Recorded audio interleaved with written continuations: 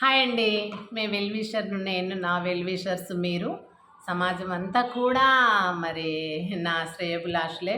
మీరందరూ కూడా సమాజము నేడు, నాడు అనేటటువంటి నా ప్రోగ్రామ్‌ని ఎంకరేజ్ చేయాలని మనవి చేస్తున్నాను. జీపీఎల్‌జీసీ మీరు షేర్ చేయండి, కామెంట్స్ చేయండి, మరి లైక్ చేయండి, సబ్స్క్రైబ్ చేయండండి. మరిప్పుడు నేను చేసే ప్రోగ్రామ్ అన్నిట్లో కూడా మరి దేశం గురించి, సమాజం గురించి, గ్రామం గురించి మరి ఆ విషయాలే నేను మాట్లాడతాను కదండీ. మరి ఏవి నాకు మరి ఇతరుల ముచ్చట్లు మనకొద్దు గదండీ. మనము ఈ సమాజంలో మనము ఉన్నాం కాబట్టి మన పిల్లలకు, మన ఫ్యామిలీలో ఎంకరేజ్‌మెంట్‌లకు ఒక పెద్ద దిక్కులాగా కాకపోతే పెద్దవాళ్ళ మాట సద్దిమూట అంటారు గదండీ. కాబట్టి మన యొక్క అనుభవంలోని జ్ఞానమును కుటుంబంలో వాళ్ళకు అందించినట్టయితే అందులో కొంతమంది పిల్లల ద్వారా పాఠశాలకు చేరువేయబడుతుంది. మరి పెద్దల ద్వారా ఇతరులతోని ముచ్చటించినప్పుడు కూడా మరి అది ఉపయోగపడుతుంది సమాజానికని నేను అనుకుంటున్నాను. అందుకే మరి ప్రోగ్రామ్ చేస్తున్నాను. మీరందరూ కూడా నాకు సహకరించాలని మరొకసారి చేస్తున్నానండి. ఇప్పుడు బడిబాట ప్రోగ్రామ్ అండి. ఈ బడిబాట ప్రోగ్రామ్ లోపల 10 ఇండికేటర్స్ అంటే 10 సామర్థ్యాలు. ఈ 10 సామర్థ్యాల గురించి నేను మరి అన్ని 10 సామర్థ్యాలు తీసుకొని 10 ఇండికేటర్స్ ఒక్కొక్క దాని గురించి ఒక్కొక్క సెంటెన్స్‌గా నేను పాట రూపంలో జానపద శైలిలో మరి పాడుతూ ఉన్నాను. దయచేసి మీరు గమనించగలరని మనవి చేస్తున్నాను. రావే చెల్లమ్మ బడి బాటలు పోదాము, రావే చెల్లమ్మ బడికి మనము పోదాము. ఆగుర అన్నయ్య బడి బాటలో నేనొస్తా, ఆగుర అన్నయ్య బడికి మనము పోదాము. అదిగదిగో మనబడి వికసించే పిల్లలచే అభ్యసన అభివృద్ధికి 10 సామర్థ్యాలంట. రావే చెల్లమ్మ బడి బాటలు పోదాము, రావే చెల్లమ్మ బడికి మనము పోదాము. ఇది నా సొంతగా రాసిందండి. అందరికీ కూడా తెలుసు. నేను డిఆర్‌పి అని చెప్పాను మీకు, డిస్ట్రిక్ట్ రిసోర్స్ పర్సన్. నేను ట్రైనింగ్‌కి వెళ్ళినప్పుడు మరి అక్కడ కూడా నేను వాళ్ళకి పాడి చూపించాను. ఇప్పుడు మనం ఆ 10 సామర్థ్యాలు ఒక్కొక్క సబ్జెక్టు గురించి ఉంటుందండి. తెలుగు భాష పదాలను ధారాళంగా చదువుదాము, భాషలోని అంశాలను స్వీయ రచన చేద్దాము. రావే చెల్లమ్మ బడి బాటలు పోదాము, రావే అన్నయ్య బడికి మనము పోదాము. రెండు అయిపోయినాయండి సామర్థ్యాలు తెలుగుది. ఇప్పుడు రెండో సబ్జెక్ట్ మనోగణితాన్ని మనము మెప్పుగా చెప్పుదాము, రాత లెక్కలను మనము రాసి చేసి చూపుదాము. రావే చెల్లమ్మ బడి బాటలు పోదాము, ఆగుర అన్నయ్య బడికి మనము పోదాము. ఆంగ్ల భాష పదాలన్నీ పలికి నేర్చి చెప్పుదాము, భాషలోని వాక్యాలను ఆంగ్లంలో చదువుదాము. రావే చెల్లమ్మ బడి బాటలు పోదాము, రావే అన్నయ్య బడికి మనము పోదాము. పఠనైపుణ్యాలను పటంలోనే గుర్తిద్దాం, విషయావగాహనను మది నిండా సాగుదాము. రావే చెల్లమ్మ బడి బాటలు పోదాము, రావే చెల్లమ్మ బడికి మనము పోదాము. ఆగుర అన్నయ్య బడి బాటలో నేనొస్తా, ఆగుర అన్నయ్య బడికి మనము పోదాము. అట్లా నేను పల్లవి అందుకునే లోపల రెండు సామర్థ్యాలు అంటే 2 ఇండికేటర్స్ ఒక్కొక్క చరణంగా పెట్టుకున్నాను.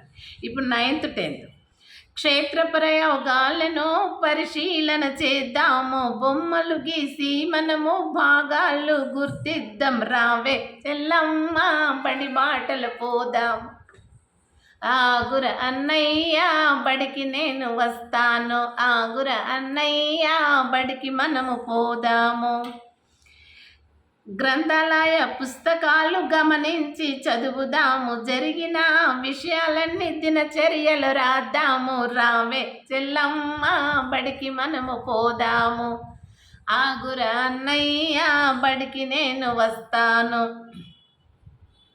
సందేహాలన్నీ మనము పోస్ట్ బాక్స్లో వేద్దాము, గోడ పత్రికలు మనము కార్టూన్లు పెడదాము. రావే చెల్లమ్మ బడికి మనము పోదాము, ఆగుర అన్నయ్య బడికి నేను వస్తాను.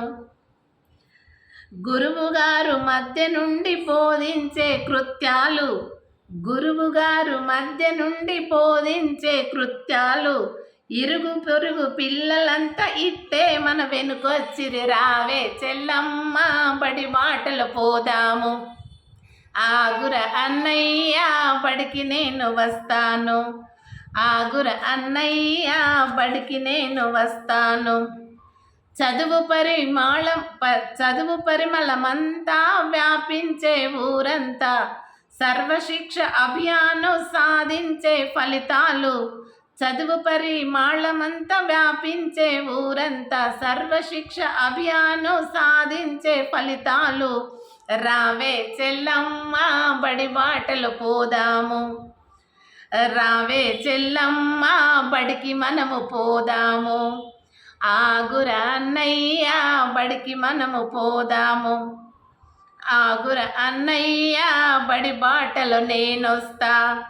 అదిగదిగో మనబడి వికసించే పిల్లలతో, అదిగదిగో మనబడి వికసించే పిల్లలతో, రావే చెల్లమ్మ బడి బాటలు పోదాము. రావే చెల్లమ్మ బడికి మనము పోదాము.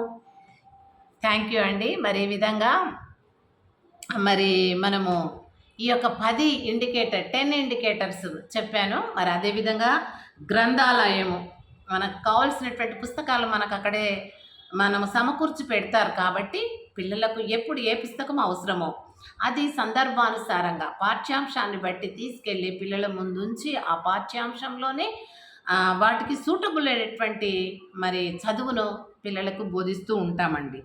మరి ప్రతిరోజు కూడా డైరీ ఉంటుందండి, డైరీ పిల్లలకు కూడా.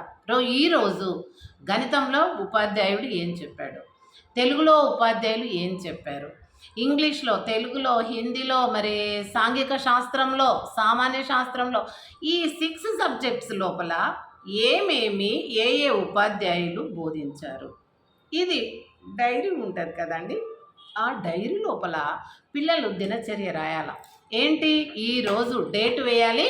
ఇగో ఈరోజు మాకు ఈ టీచర్ ఇది చెప్పారు, టీచర్ ఇది చెప్పారు, ఈ తెలుగులో ఇది చెప్పారు, హిందీలో ఇది చెప్పారు, ఇంగ్లీష్లో ఇది చెప్పారు ఈరోజు. అదేవిధంగా సాంఘిక శాస్త్రంలో ఇది చెప్పారు, గణిత శాస్త్రంలో ఇది చెప్పారు, సామాన్య శాస్త్రంలో ఇది చెప్పారు అని చెప్పి 6 సబ్జెక్ట్స్తో పాటుగా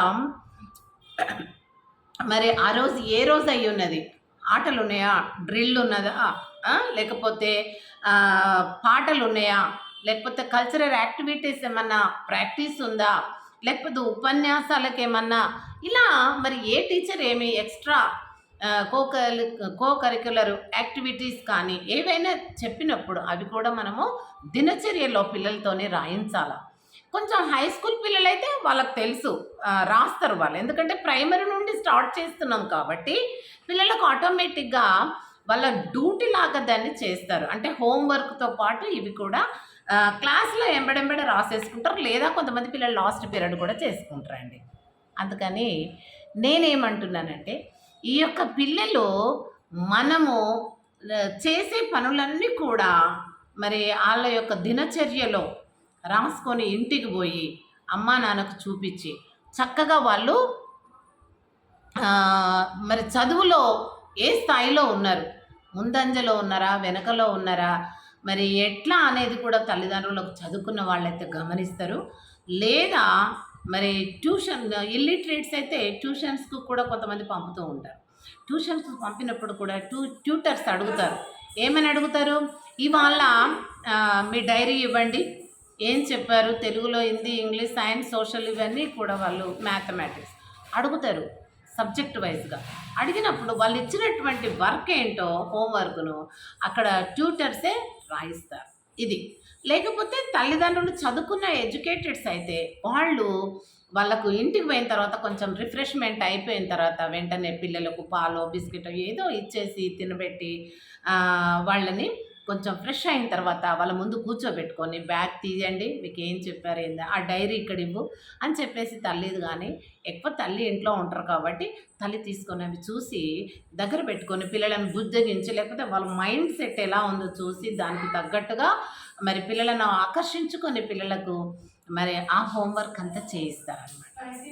ఈ విధంగా మరి ఈ యొక్క విద్య అనేటటువంటిది ప్రైమరీ నుండి చిన్నపిల్లల నుంచి 1 నుండి మరి 7 వరకు, 7 నుంచి మళ్ళా 8, 9, 10 వరకైతే ఆటోమేటిక్‌గా వస్తుందనుకో. అందుకని ఈ విధంగా మనము ఉపాధ్యాయులతో పాటు మరి ఉపాధ్యాయులను కూడా పిల్లలు సహకరించాలి. మరి ఆ యొక్క పాఠశాల విద్యార్థులను తల్లిదండ్రులు కూడా ప్రోత్సహించాలా. మళ్ళీ అదేవిధంగా వారి చదువులో ఉన్నటువంటి ప్రతిభను కనుపరిచినప్పుడే ఉపాధ్యాయులు కూడా మెచ్చుకుంటారు. అదేవిధంగా పిల్లలు సంతోషపడతారు, తల్లిదండ్రులు కూడా మెచ్చుకుంటారు. కానీ అందరికంటే ఎక్కువ ఎవరికి యూజ్ అవుతుంది పిల్లలకే, సంతోషపడేది కూడా పిల్లలు. వాళ్ళ సంతోషమే ఉపాధ్యాయులైనటువంటి మనకు కావాలి, తల్లిదండ్రులైనటువంటి మనకు కావాలండి. హ్యాపీ కదండి. సరే మరి థ్యాంక్ యూ. ఈ రకంగా ప్రతి పిల్లవాడు ప్రతి ఇంటి నుండి వెళ్తారు కాబట్టి పాప అయినా బాబైనా వాళ్ళను కూడా మరి వాళ్ళ అడుగుజాడలను మనం గమనిస్తూ ఉండి వాళ్ళను అంచెలంచెలుగా అభివృద్ధి చేస్తే వాళ్ళ సమాజంలో ఏ విధంగా అంటే ఒక వెలుగుగా వెలుగుతారండి వాళ్ళ భవిష్యత్తు. అప్పుడు తల్లిదండ్రులైనా నాలాంటి అమ్మమ్మలు నానమ్మలైనా కూడా చాలా సంతోషపడతారు కదండి. ఒక ఫ్యామిలీ సంతోషంగా ఉంది. కృషి ఫలితమే చదువేనండి. మనల్ని ఏ స్థాయిలో నిలబెట్టాలన్నది చదువే కారణం. కాబట్టి మన భవిత అంతా మన పిల్ల చేతుల్లో ఉంది కాబట్టి వారికి మన సహాయ సహకారాలు సలహాలు అందించాలని కోరుకుంటూ మరి మీకు మరొకసారి ధన్యవాదాలు తెలియజేస్తున్నాను. అదేవిధంగా మరి అందరు కూడా లైక్ చేసి షేర్ చేసి మరి కామెంట్ చేయండి. అదేవిధంగా మరి సబ్స్క్రైబ్ చేయమని మరొకసారి మిమ్మల్ని విజ్ఞప్తి చేస్తున్నాను. థ్యాంక్ యూ అండి. Thank you so much.